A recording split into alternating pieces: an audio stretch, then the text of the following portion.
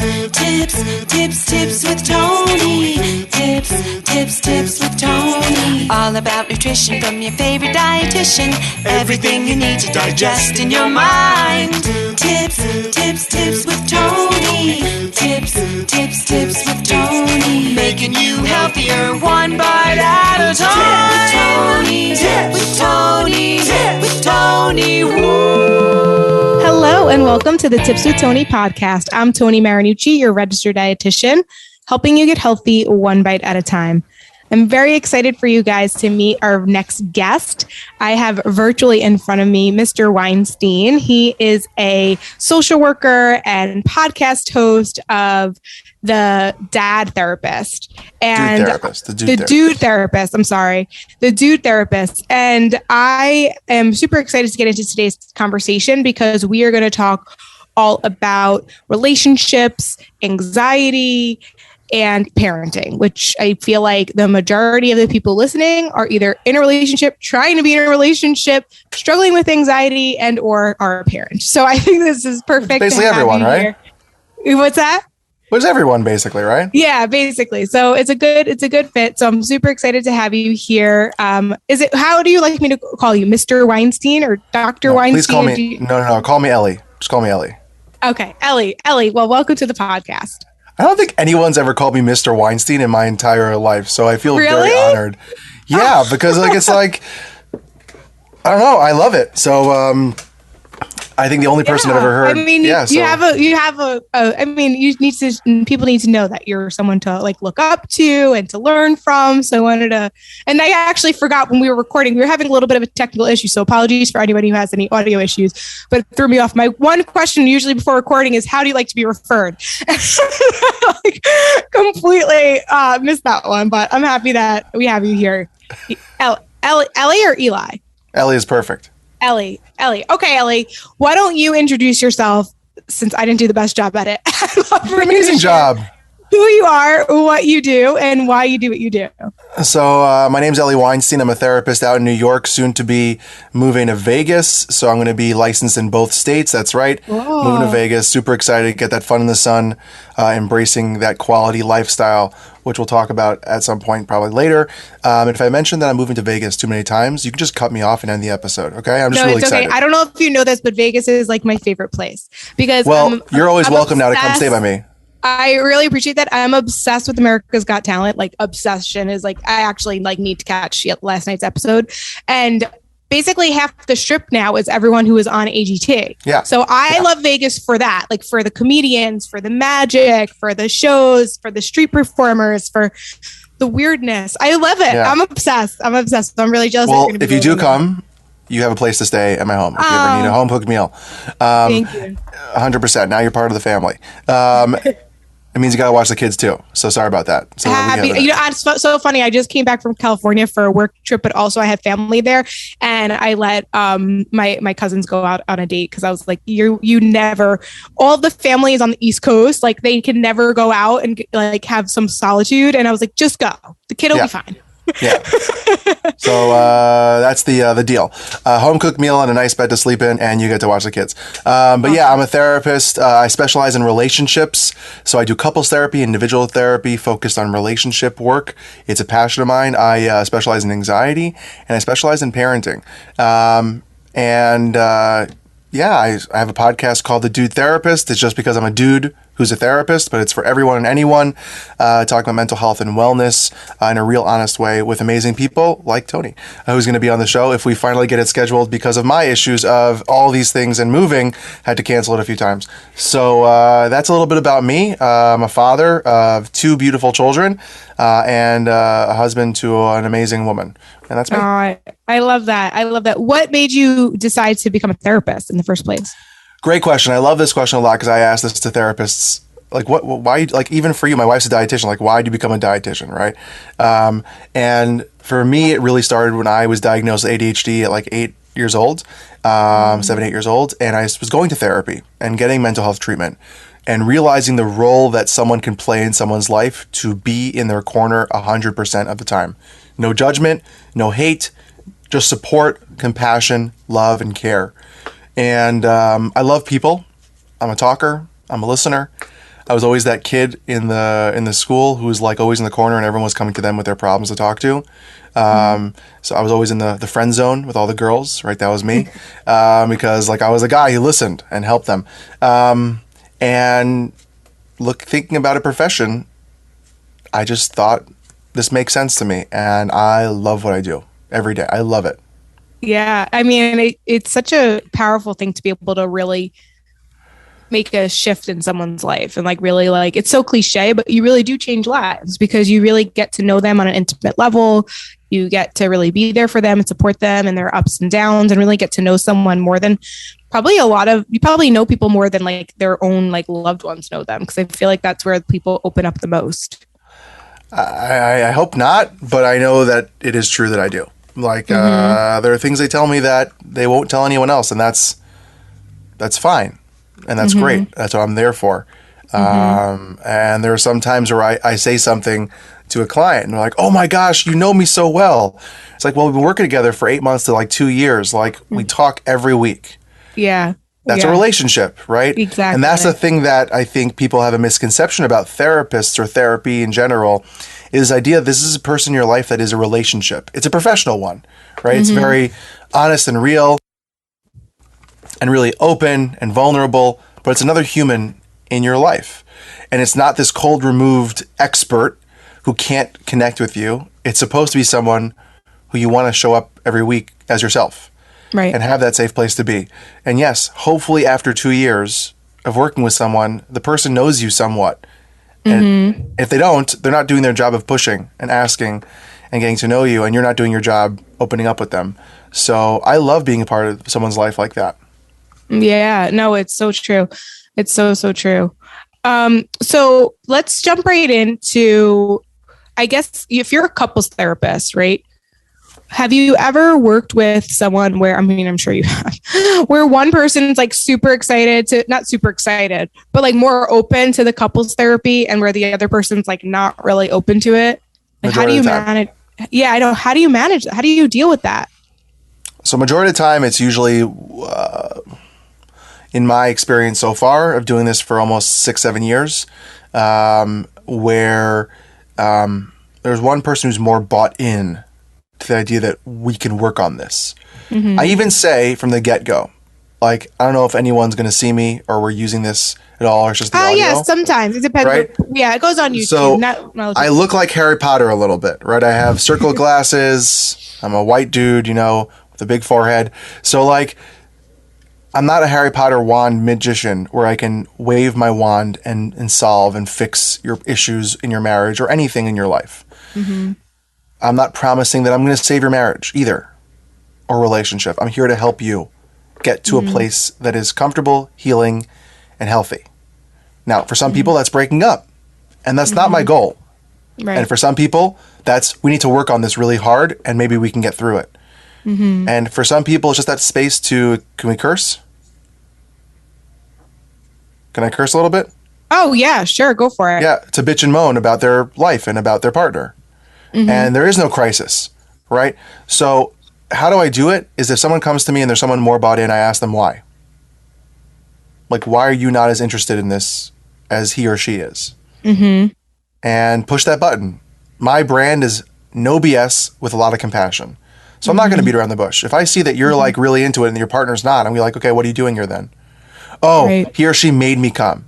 I said, so you don't want to buy into this idea of change? Well, we can't. Okay, why do you think that, right? It's always about opening the conversation to whatever it is and why that person's really excited or that person's not. When they're both really excited and bought in, it makes my job really enjoyable. Yeah. I used to work at an intensive outpatient clinic. And we worked with some people who were mandated or forced, is the layman's term, to come to therapy. It's torturous for a therapist to have someone who's forced to come. It is not fun on our end to show up to session where someone's like, I don't want to be here. I hate your stinking guts. You're the enemy. Get out of my life. And you're like, okay, kids, let's have a great day. Like, it's about being patient and realizing why you're there, which is not for you, it's for the person. So if that's your perspective shift, but yeah, sometimes with couples therapy, it's really, really interesting why someone's not bought into coming. Yeah. Do you ever find too in couples therapy, like, what they're almost like looking for validation almost to say like they're right and the other person's wrong. Yeah. Like, yeah. So like, how do you deal with that? Because like, I feel like the purpose is supposed to be the relationship as a whole, right? And I think people maybe go into it with the wrong expectations or the wrong idea. Like, what should somebody expect from couples therapy? And like, to get the most out of it, right? Yeah. So I'll back up to the first part of the question is, I have some people who come in and like, want me to prove why the other person's the problem and they're amazing and wonderful. And what I always end up getting to is that you both are playing this game. Mm-hmm. A lot of time, one of the issues of couples therapy is that people get so stuck in the minutia and the details of arguments and don't understand why they're arguing or what they're truly arguing about, but the details of when, how, who said, she said, he said, they said, whoever said. And I don't play that. I go, stop. Like, I go, stop doing that. And they're like, what? And I'm like, stop talking about the details. It doesn't matter if the argument happened on a Tuesday, Wednesday, Thursday, 8 o'clock, 10 o'clock, 4 p.m. When you woke up, when you went to, it doesn't matter. Mm-hmm. What did you argue about? I don't even remember. Mm-hmm. Exactly. So why are you talking about it? Right. Because it made me feel. There you go. That's the purpose. What did it make you feel? Okay, you felt dismissed. You felt hurt. You felt disrespected, unheard. You felt unseen. Whatever the word is that's negative, that's what I care about, not the argument itself. Now, later on, once we kind of get through all that stuff, then we get to how to argue smarter. Because every couple argues. I'm in a relationship. I'm married for 7 years. I get into arguments all the time in my life. But we have learned why. It doesn't mean we still don't get into it. We're just trying to argue smarter and better. Because arguments will happen. It's two people butting heads on ideas and beliefs and values. That's any situation. So what couples therapy truly is having a safe place to work through making the most of the relationship to the best of its ability. And sometimes it's a real raw honesty that's very hard to handle. And sometimes it gets to a beautiful place of connection. And couples therapy is hard for the therapist, but it's really hard for the people because it's not just, you have to balance someone else in the room. And instead of just having your time to do whatever you want. And sometimes it means you need individual therapy on top of couples therapy. I'm glad you went there because that's actually what I was going to go to next. Like, what if you do come to that place where it's pretty obvious? Like, actually, I'm sorry, I jump. This is what I do. But like, because I know we also wanted to talk today about kind of like improving your self-esteem and like if you struggle with anxiety. So how do you know if it's maybe that person's individual, maybe low self-esteem or anxiety that is like making them feel like unworthy in the relationship or like they're not getting the attention that they deserve, but like their partner is probably trying their best to, but it's almost like it can't be receptive if that person doesn't have happiness within themselves or confidence within themselves or, so like, what do you do in those situations? And we'll get to that self-esteem stuff, at some point in the conversation, don't worry. And the idea is that it's my job as a therapist to analyze what's in front of me, right? I'm watching, I'm observing, I'm listening, and I'm paying attention.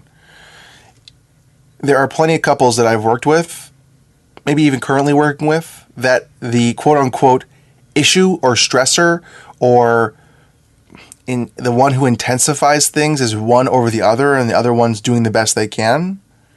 And one of them is really the one who's like ramping everything up. That's still couples therapy, right? Because I'm helping them work together. Right. Now, there are a lot of couples therapists out there that do this as well as I do, where I will split them up into individual sessions, focused on the relationship, the lens of the relationship, focused on them within the relationship. Right. Where I have an opportunity to work through some of the things, bring it back to the couples therapy with the two of them, split them up together.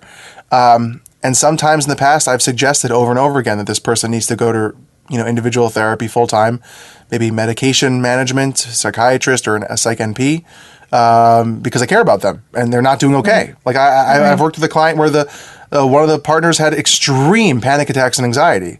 Like I can't help you with that and how that impacts the relationship if you're not taking care of yourself. Yeah. Like it's like someone who has a medical issue. Like if you're really sick and you're not showing up for your partner because you're in bed all day, you got to go get help for your Yeah. physical health. Yeah. Same thing with mental health. So go Yeah. take care of yourself. And if you don't Yeah. want to, what do you think is going to change in the relationship if you're not going to work on yourself? Like, what do you think is Yeah. going to happen? It's not going to shift if you're continuously doing the same thing and expecting other people to bend to that unhealthy lifestyle. So, yeah, it's a great question. Yeah, no, I mean, I feel like relationships, they're such a beautiful thing, but they can be so complicated because Yeah. I feel like two people are coming together with like their past, maybe trauma, a lot of unhealed trauma. Do you find that that's like the main root to a lot of the arguments? I think it's just, I think there are a few things. I think one, it's expectations and your perceptions, right? What do you expect out of a relationship? Right, if I expect, like, I don't know if you ever see those movies or TV shows from like the 50s, right, or the 60s, where like a husband expected food to be on the table when they came home. Ugh, I hate that. I 100% hate that. Hate it. Just whole mentality. It's just so frustrating. But go on. That's what I grew up with. No, I like no offense to my family. Like I love my parents, but yeah, that was the expectation. Same. My dad my mom worked, makes his lunch cooked every day. Mm-hmm. My mom still makes my dad's lunch for work every day. Yeah. Mm-hmm. My dad's a grown man, almost 70. It's like insane. he can make, right? That's what he grew up. That's how his parents taught him, right? The expectation of the relationship was passed down, right? That's what the woman does. Not that that's true for every relationship, right? And even today, if that's what the makeup of the relationship is, and both agree to that, and it's okay for both of them, then good for them. But it's not just expected, it's discussed and communicated and then decided on.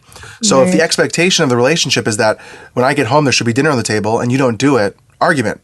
You're not living up to my expectation as a wife or as a husband, right? When it comes to sex and intimacy, right? Expectations are a huge argument starter. I have this theory that if I ever read a book one day, which is in the future cards at some point, but my biggest fear is writing. So I'd rather speak in front of It's the hardest thing ever, but it's so worth it. I would rather speak in front of 1 million people on live TV any day of the week. Literally.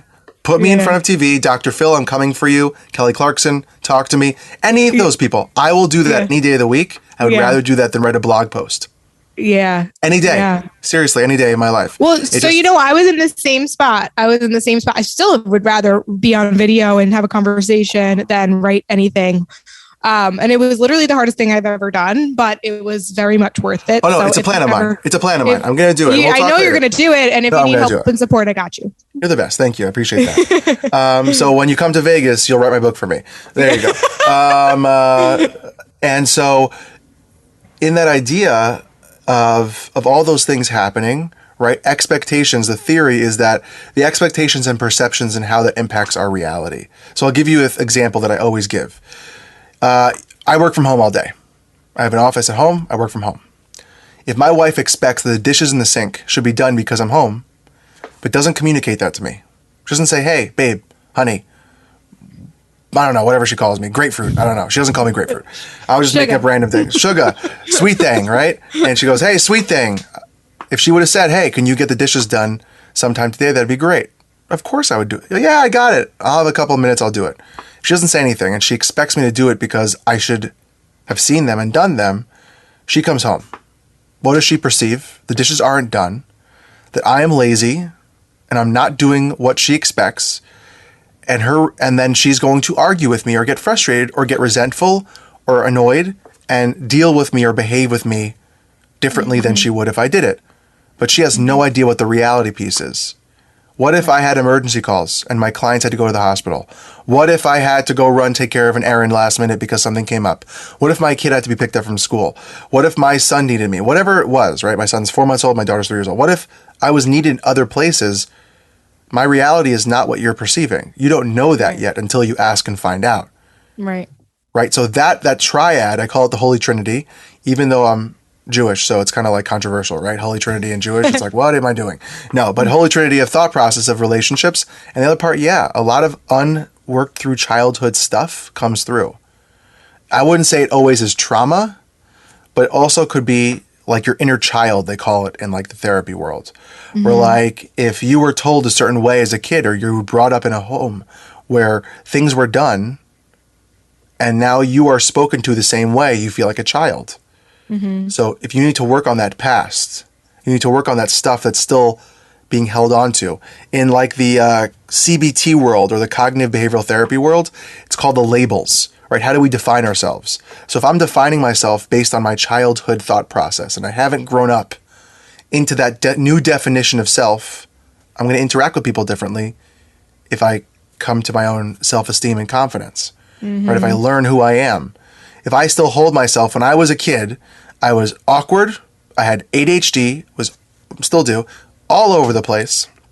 My ears were huge. Me and Will Smith, by the way, were ear twins. And Barack Obama. We're all just a family. We have the same ears. I was awkward looking. I was tall and really thin. All those things. If I define myself still as that person, and I'm 30, how am I going to behave with my wife? I'm going to behave in that mentality, not as a 30-year-old who's gone through things and is a different person and now has more to myself than just those things. I know I simplified it a lot. But there's a lot of stuff. There's a lot of stuff that plays into relationship stuff. And it's really just sometimes a lot of inner work for self that we're avoiding and not dealing with. And we think it's a couple thing when in reality it's an individual thing that then impedes on the couple stuff. I had to interrupt this episode to tell you about Dermatology. If you're not using their products yet, you absolutely need to. I have been someone who has always been really grateful to have good skin. I've always looked younger than my age. I made a joke the other day that it's not even a joke. I really do get ID'd all the time, whether I'm at a bar or at the liquor store or whatever. I haven't been nobody believes me that I'm not only am I over the age of 21, but when you're listening to this, I'm probably 32. I will never forget this one time. This is such a side story, but one time I went shopping. No, lying. I went to take a yoga class with my mom. And they asked me if my mom was there to sign because if I wasn't 16 years old, I needed my mother present to sign for me for a hot yoga class. And I, at the time, I think I had just graduated college. So I was like 22 years old. They didn't even think I was 16. Okay. So all I had to say, I have a really good skin. I'm very blessed. I think it's thanks to my mom and my dad. They pretty much look really young for their age too. With that said, I have been taking a more proactive approach because even, as I'm aging very gracefully, my skin does tend to be a little bit more on the drier side. I've started noticing it's not as firm as I feel like it used to be, and it just needs a little extra help and support. So before I tell you about the Dermatology products, I do want you to know that drinking lots of water, getting your beauty sleep is an actual term because it truly does help with your skin. But if you need help from your friends like I do, or starting to, or if you just want to look a little bit younger than your age and still get carded at whatever age, now I embrace it. Now I'm super excited. I'm yay, I don't look 21 because now I'm getting to the quote unquote older, which by the way, I also think that's BS. Either way, your skin is a really large organ. It's the largest organ in your body. So we got to care for it. We got to take care of it. And a lot of the things we can do from the inside, we can also do from the outside. So with that said, the Needless Serum, the Renew Needless Serum, I use that. It's fabulous. I use their water-based lotion because my skin, like I said, is on the drier side, so I need a little bit of hydration. And honestly, the Universal Tinted Moisturizer, it has an SPF 46. It is really, really great because especially when I first wake up in the morning, I wash my face and I'm going to go outside for a walk. I usually put on sunscreen, but with the Universal Tinted Moisturizer, it's basically my sunscreen and also a tinted moisturizer before I go outside, so I can safely go out with a walk, but also with a glow on my face. So anyways, there's so many other really incredible products. So basically you can go there and figure out what your skin type is and what your needs are, and they'll make suggestions. But either way, regardless of your skin type, you can know that all of their products are safe and effective. They are all backed by science, and they really do also believe in that SPF approach because it is true that also to protect your skin is not being, the sun is great for vitamin D, but after 15 minutes, we gotta cover up because we definitely don't want that damage. So with that said, you can go to the link in my show notes so that way you can save 20% on your first order, or you could also just use Tony20 at checkout. So use Tony20 at checkout to save 20%, or go straight to using the affiliate link that I have in the show notes. So that way you can try dermatology products. Like I said, they're safe, they're effective, they're backed by science, and they really will have your skin feeling absolutely incredibly amazing. All right, back to the episode. And I mean, also too, I feel like trust is a big thing when it comes to relationships, right? Being able to trust your partner. Yeah. So even though I totally thank you for that explanation where it comes from sometimes the inner child stuff, I find like with my friends and their relationships, sometimes they might be not trusting their partner because of like a past, like maybe they got cheated on in the past relationship. Too, yeah. Right. And so now somehow they're projecting that onto their new partner. 100%. Like, what can somebody do to, like, I guess, how do you know the difference? How do you know, is somebody cheating on you, or am I just feeling like really insecure because I have been cheated on? Ooh, I love that. Yeah. So especially with cheating, that's a special work when it comes to like affairs and how that, and then how that defines yourself. I would definitely talk to somebody, and I'm not just pushing that because I'm a therapist and call me, but like you should talk to somebody about that first before you get back into relationships, especially cheating, because it really rocks your world of trust and understanding of self. Is it you? Is the other person? Was it, what about me was so easy to cheat on? All those kind of things that now are like on a repeated tape in your head.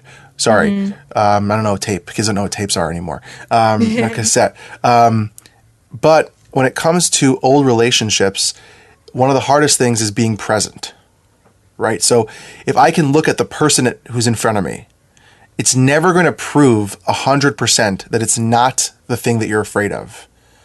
But can I be present and see what is positive, or what am I getting from this person that proves the positive thing that I want, right? And it also depends on the style of relationship. Some relationships, you jump right in. You're all in. Some relationships, it takes you time to open up. And each one is going to run differently. And you also, one of the biggest things about past relationships impacting your current relationship is, what are your values and what do you need from a person? If you have that consistent, if you have that down, where you know what you want from another person in your life and how you want to be treated, how you want to be spoken to, how you want to be cared for, loved, seen, respected, all those things, and the values that run deep through yourself, it doesn't matter about the past. The past might come in to play, but you have a strong, solid value system that you're standing on that pushes that away to where you're at right now, the person right in front of you. And do they fall in line to those things? Yes, they do. I'm going to continue going with it until it's proven otherwise. And the second it's proven otherwise, I'm going to get out, and then I'm going to find something that gives me that need. So it's hard. Yeah, I know it is, and I feel like it's even harder because it plays with your head too. It does. It does, especially nowadays with social media and like exes and still being in touch and seeing what they're doing, and you have so many options nowadays where you can talk to anybody from anywhere. So why would I be with this person if I can have some hot person, or some good looking, or some charitable giving, or they posted a picture with a great car or celebrity. Well, I'm going to go look at them.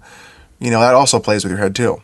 Yeah, no, I'm sure it does. And I feel like that's where like self-esteem comes into play too. Like sometimes, I know so many people that we work with, they themselves will say their partner loves them, thinks the world of them, is obsessed with, like, there's no issues with like their body or anything like that. But then they themselves are not feeling that way. So they might get jealous if their partner, or nervous that they're going to lose their partner because they're not in the body they used to be 10, 15 years ago. Like, yeah.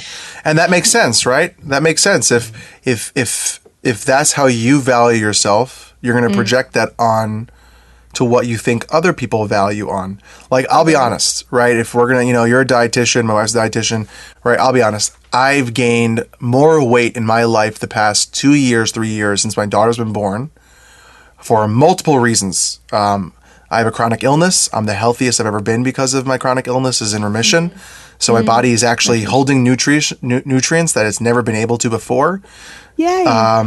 I'm on medication that makes me gain weight for my anxiety. That's right. I have anxiety. So I've gained weight from that. And I've looked at myself and went, why would anyone want to be friends with me? And that, right? Just a thought, negative thought. It comes right in and it messes with you. It bleeds into everything that you see. That's where self-confidence comes in. And that's why we have disordered eating, body dysmorphia, and issues of those things where we value ourselves based on our body, when if I'm healthy, that's all that should matter, but it doesn't. Because then I look at a picture on social media of me a couple of years ago and I go, wow, I was so thin. You know, my wife recently said to me something funny. We were looking at wedding pictures. We look at them once in a while and like look who was there and laugh at the memories and all that kind of stuff. And I was the thinnest I've ever been as an adult. I was vomiting every day because of my chronic illness. My gallbladder wasn't functioning well. Right? I was not doing well. But I remember, damn, I was so thin and lean. Go me. And my wife even said to me recently how other people said, is Ellie okay? He looks sick. Right? So 3 different perceptions of the same body. Yeah. And now I look at it and go, oh, I wish I was that. But then I remember, wait, I was really unhealthy. But now I'm healthy.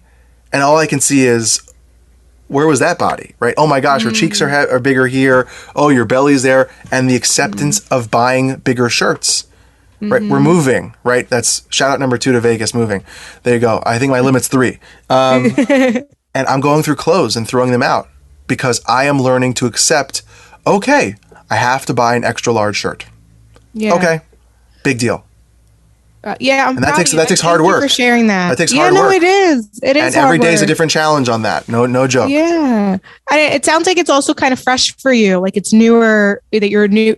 Like it's been slowly increasing, but like it's compared to most of your life till now. Yeah. Like right. So it makes sense that you're still like kind of battling with even the acceptance piece of it. 100%. You know, and I'm proud of you for leaning into that because that literally is, it's like challenging that thought and reminding yourself of like, wait, what? Like I was miserable. I was throwing up all the time. Like, how could that be healthy? Like, every day. It's funny how our brain will play tricks on us and make us believe like that was the best thing ever. And it's funny, if you look at not that I have this available, but if you look at my wedding pictures, my tongue is blue in the wedding pictures because I was vomiting all day, not because I was worried, not because I was stressed. I knew I wanted to marry my wife. There was no cold feet, no doubt. Yeah. I just had stomach issues. And the person officiating the wedding gave me a blue Gatorade because I was so pale. Oh. Right? So but I look at it like, oh, I worked out so hard. I got so thin. I fit into a size 15 collar. Go me. I am never going to try to fit in a 15 collar again. It's ridiculous. Yeah. But as a man, we define ourselves a lot of times, women differently in their body types, right? For me as a man, it's like the muscles and the V, that V shape and that whole idea. Yeah. Like, if you look at bodybuilders, like strength bodybuilders, they're huge. Yeah. They're like 280 to 350 pounds, but they can lift and they are strong and powerful. Yeah. Yeah. Well, that's the thing. It depends on your world. It Depends on what you're looking at. And like you said, it ultimately comes down to how you define yourself. Yeah. And like 100%. And that stuff right there, that sentence, how you define yourself, how you have self-esteem impacts your relationships. Because if I define myself as someone who has confidence, as someone who is proud of who they are, who knows who they are and is okay with that, do you know how attractive that is to a person? That is what is attractive. And yes, I love that you said before, I forgot to touch on it. You said this idea of like, no matter how much someone tells you you're sexy or hot or attractive, like if you don't, but it's amazing you have someone who thinks that about you. Right? And that helps a lot. When you know someone's in your corner who says, no, I think that you are beautiful. Or I think that you are so handsome. I am so lucky. You are adorable. You are cute. You are yummy. Whatever word you want to use to define your partner. Don't forget to do that to your partner and really mean it. Yeah. Because it makes them feel like $1 million because sometimes in their head, they value themselves as a 0. And they just need that person to tell them, someone who truly sees them and truly loves them to say, hey, you're beautiful. You're amazing. Yeah. And that can change their narrative of their day and how they interact with you the rest of the day. Yeah, I love that. And not to bring this negative, but I also feel like people are probably listening being like, hey, that would be awesome if I had a partner that loves what I see, because my partner, unfortunately, is negative about my comments and has made it, I know I've gained weight, but yet then they share it and they say it to me and it doesn't help. Like, how does somebody navigate those negative comments from loved ones? I think as an adult, we have the power and the right to define how we are spoken to. Mm-hmm. And that takes communicating that boundary. Mm-hmm. If you do not want to be told something because it really hurts your feelings, you need to tell the person. And I'm going to say this is my no BS with a lot of compassion.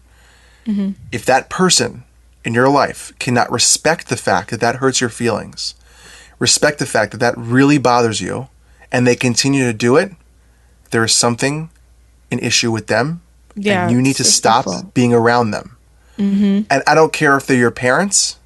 I don't care if they're your grandparents.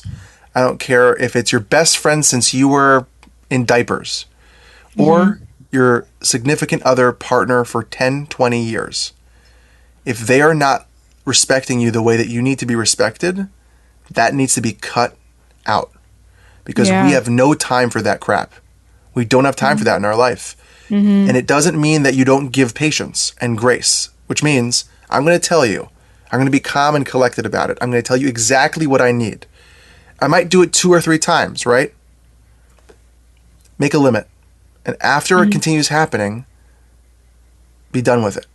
And that's a very hard decision to make. I know I'm really like simplifying it. You don't deserve to have someone in your life who can't see you and show you love. Mm-hmm. And if they can't do that, be done with it, because it's going to hurt so much more and continue for years. And honestly, a lot of times, I'm going to pull it back again, it's an individual issue they have. Their expectation of their partner needs to look a certain way, right? Or you have to have abs, right? I know women I've worked with who their partner has to have a 4-pack for them to date them. Really? You know what? That's going to go away when they start eating normally and being like your normal person. Yeah. So what happens when that changes? Have kids and like care. Right? Do you want them to care for your kids, or you want them to be at the gym? And exactly, right? And sleep and anxiety and stress and all these things. And what about men for women? Like they want them to be a model size, whatever that means. And the standard that's been created is so unhealthy. When they have a kid, their body's going to change and you have no control over that. And a lot of times, and definitely they don't have control over that. And you know how hard it is to bounce back to that body pre-baby? Barely happens. Yeah, and that's I even hate the bounce back concept. Bothers me. Why do you have to bounce back? You don't have to bounce. Exactly. It was in for 9 months or 10. Technically, it's going to take at least 9 or 10. And even so, you're not bouncing back to what? Pre-mom life and mom life are 2 different things. Yeah. And when I was, talking about the whole body stuff with myself, my wife was saying like, you're sleeping like 4 hours a night because of our 2 kids. My son's a 4-month-old, right? We don't sleep consistently 6 hours, 8 hours, right? Straight. Yeah. Right? That impacts my need biologically in a internal system to crave carbs and sugar to feed the cells in my body. So I'm not doing it on purpose, like, I need chocolate or I need that pasta or whatever it is that I might be gaining weight from by overeating or undereating as well. My full life is not in line because I'm not sleeping well. I'm not exercising because I don't have time as much anymore. I'm not moving this. I'm not doing that. Stressors here, things there. Be graceful and kind to yourself. And if you can't do that for your partner, what does it say about you as well? Yeah. Like, let's put it on the other person. What does it say about that other person? Well, that's usually what it is, right? Like I have one client in particular, and he's like a long-term client. And we kind of stopped talking about it because I kind of got a little firm with her, like I did, like you were kind of just sharing. It's her mom who makes comments about her body. And it almost like I think she wanted to talk to me about it, almost like to be like, can you believe it again? Like almost like it's almost like comical, but like it's not funny to me. I can't even do that anymore. So we just like don't even talk about. I'm sure her mom still comments on her body, but after a while, I really had to be like, that's very inappropriate, right? And that it's either you kind of just accept her at who she is, or you tell her, or whatever it is. But it's not something that I find funny.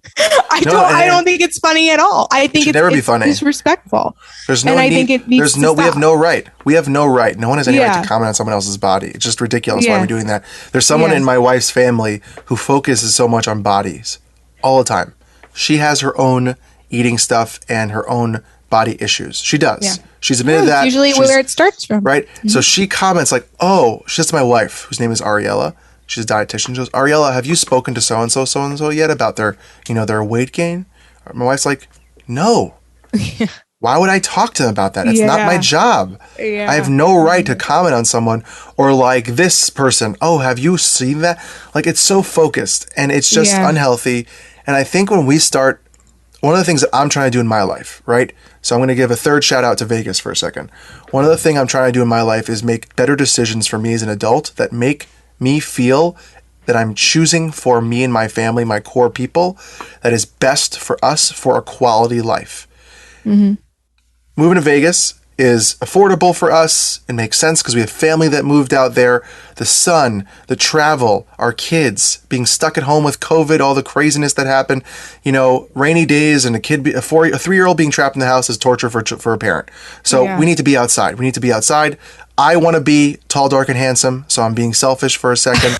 The handsome part, I got to work on a little, maybe shave a little bit, maybe add some hair plugs, who knows? But, right. And, I want to wear t-shirts and shorts every day and sunglasses and baseball hats. I don't know. I'm just joking around, right? So quality life. One of the things that we need to start doing as adults is accept ourselves. Mm-hmm. Where we're at today. Mm-hmm. That comes, and that's really hard to do. I'm talking from experience that struggles with that depending on the day. Mm-hmm. I'm talking about to the parents out there, right? I am trying my best as a parent. And sometimes I cry. And sometimes I don't. Mm-hmm. Sometimes I have a good day and sometimes I have a hard day. Mm-hmm. But if we accept ourselves each day for doing the best that we can and that being enough, our quality of life will be so much better because we're not hating on ourselves so much. We're not eating ourselves up inside. We're not attacking the people in our lives because we don't love ourselves. Mm-hmm. And that takes hard work. Go to therapy. Talk to somebody. Yeah. Right? Go to a coach. I don't care. It doesn't have to be a licensed therapist. Go to someone that you find helps you. Talk to somebody, work through it, and start accepting yourself because you're not perfect. You're never going to be perfect. Yeah. You're not amazing, and no one is. We're all doing our best. Mm-hmm. But sometimes you need someone to push you to see that or to put on different glasses to see it correctly. And it doesn't mean that there are things that we need to work on because, like I said, we're not perfect and there are things that we need to shift and change in our lives. Yeah. Because we are doing unhealthy things. And one of those really unhealthy things is hating on ourselves so much. Yeah. Definitely. I don't know where that came from. Sorry, that was just off the cuff. That was the spirit. TED Talk. Here I come. No, that was so good. Awesome. Okay, well, this has been amazing. Is there anything else you want to add before we wrap up today? I can't believe our time is almost up. It's crazy. I know. That's what happens when you get me started. It's your fault. Once you get me talking, it's over. That's it. No, it's great. What I would say is that we need to start looking at ourselves and taking care of ourselves, all of ourselves, as much as we can every day. That means maybe taking a step back from social media and news. That means taking a break from our phones. That means spending more time with people we actually want to spend time with. That means choosing a life that we feel gives us a fuller quality than we've had before. Mm-hmm. And it doesn't mean that any of those decisions are easy. They are all complex and they all have pros and cons. Mm-hmm. The question I always ask my clients is it worth it? What's more important? Is it worth the suffering over the choice? Mm. And if we can start doing that little by little each day, 10 to 15 minutes here and there, and the second tip I would give is have more grace and compassion for yourself and for your people in your life that you care about. And the third thing is realize that you're not the same person every day. There are seasons of your life, right? So right now, my state of life is packing for a word I'm not going to say because I hit my limit already, right? Yeah. It is stressful. It is overwhelming. Yeah, moving to across the country. Yeah, it's ridiculous. Moving in general. Moving in general all the bags. sucks. You see all the vacuum bags packed we have here. Thank God my wife is type A personality. We have a lot of lists and we're checking them off. And she's amazing good. I feel like I'm the only dietitian who's not. You guys got to talk. I think you guys would be best friends. I'm excited. I had no idea your wife's a dietitian, and I really excited to be your friend. I'm sad you guys are moving now because I'm from New York. But then you get to visit I'll move them. to Vegas. Who knows? You're always welcome. Maybe you can live next door. We'll have a convent. We'll have a backyard share. We'll have a dietitian thing. We could have like a whole wellness center. Don't worry. I already thought about it. Called my wife and I are going to open a place, which is not going to happen, called Mind, Body, and Soul. Because I'm the mind, she's the body, and she likes Soul Cycle, and she wants to be an instructor one day. So we'll just my God, that's amazing. Even though it's never going to happen, because who knows? I feel like you don't really need an in-person place anymore. I mean, you could. I know. But the third thing I would say is that we as a society and ourselves need to be able to start loving ourselves more, taking care of ourselves more, and doing things for ourselves. And remember that it's not selfish, it's self-full. That we're not being mean to other people for choosing us. And that when we start doing that more with grace and compassion and making those quality life choices, we'll be better people. And that was not my third thing. The third thing was I'll say that the fourth thing is, last but not least, is the seasons of life, right? Where you are now. So right now we're in this heightened state of hectic packing. In 6 months, it's not going to be like that. And we're going to then have to show up for ourselves and our kids and our parents and our partners and our jobs differently. And then 3 months later, there could be something else. And then a month later, we buy a house, and then the move into that's going to be a different. So we have to be compassionate with ourselves as we change and shift, and not be so restricted and so stuck into one mindset throughout the entirety of our life, because that's going to hurt us and our people in our lives so much. Yeah, so true. I love that statement. It was a little bit while back, but I have to repeat it. It's not selfless, it's self-full. I like that. Yeah, I have to start getting more taglines as a speaker and public speaker and therapist. I have to. Yeah. I got a lot of metaphors as a therapist, but have you done a TED Talk yet? No, I've applied a few times. They haven't gotten back to me. That's fine. Everyone's applying, so it's okay. I've applied like 50 something times, but I did one 2 years ago, 3 years ago at this point, 2 years ago. I will hook you up. I kind of know some inside things. Okay, so basically, by me having you come and live with me in Vegas, there you go. Help you write the book, watch the kids, get you the TED Talk, and I do absolutely nothing for you. I just realized, what's the trade off? I don't know. I get to live in the sunshine. I don't pay rent. There you go. There you go. Deal. Awesome. All right, cool. Well, it has been so great having you here. Please share where people can connect with you, reach out to you, ask you questions, hire you, all the things. For sure. My website's elleweinstein.lcsw.com. I have an Instagram at elleweinstein_LCSW. My podcast is at The Dude Therapist. I do therapy in New York and Nevada.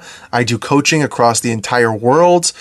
How they're different, ask me. I can always tell you personally and how that pertains to you. I do public speaking. So if you want me to talk about mental health, self-esteem, relationships, and parenting, call me. We'll talk about a price. I'll fly. I'll walk. I'll drive. I'll snowplow. I don't know how to get there. And we'll make it work. But really, if you want to reach out, I answer every single person that reaches out. If I can help you, I will find someone who can, the best of my ability. So please, don't be afraid to reach out. Awesome. That was so great, guys. Make sure you give him a follow. Thank you for being here again. Thank you all for listening. If you're not subscribed to the Tips with Tony podcast, definitely hit that subscribe button. A new episode comes out every Tuesday and Thursday. And when you're subscribed, you don't miss a beat.